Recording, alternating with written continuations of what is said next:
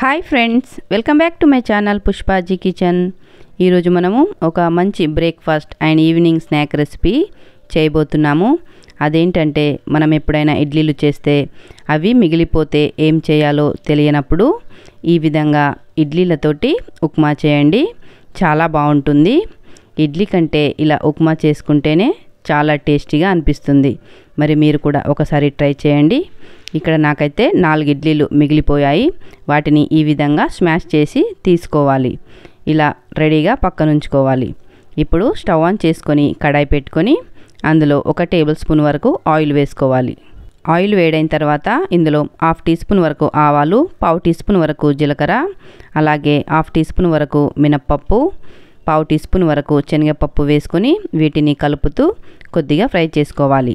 ఇందులోకి ఒక ఉల్లిపాయ ఇలా చిన్న ముక్కలుగా కట్ చేసుకొని వేసుకోవాలి. అలాగే కారానికి తగ్గట్టు పచ్చిమిర్చీలు, కరివేపాకు ఇవన్నింటినీ వేసుకోవాలి.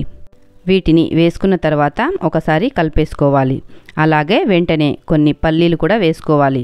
ఇలా ఉల్లిపాయలతోటే పల్లీలు వేసుకుంటే చక్కగా వేగిపోతాయి.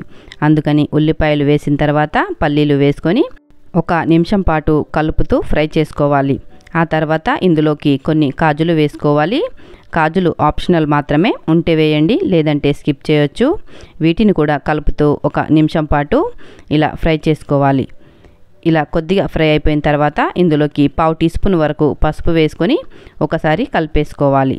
ఆ తర్వాత ఒక చిన్న టమాటో ఈ విధంగా చిన్న ముక్కలుగా కట్ చేసుకొని వేసుకోవాలి.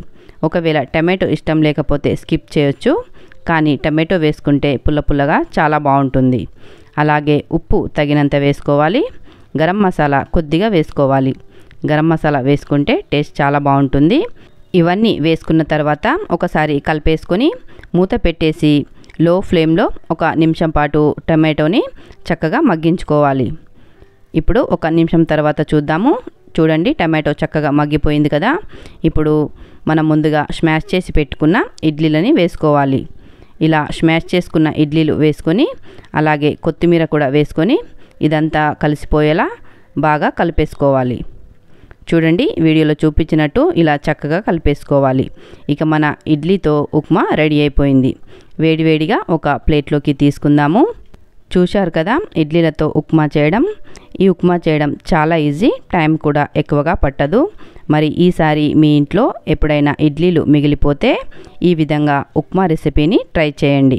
మరి మీకు ఎలా కుదిరిందో నాతో కామెంట్స్లో షేర్ చేసుకోండి.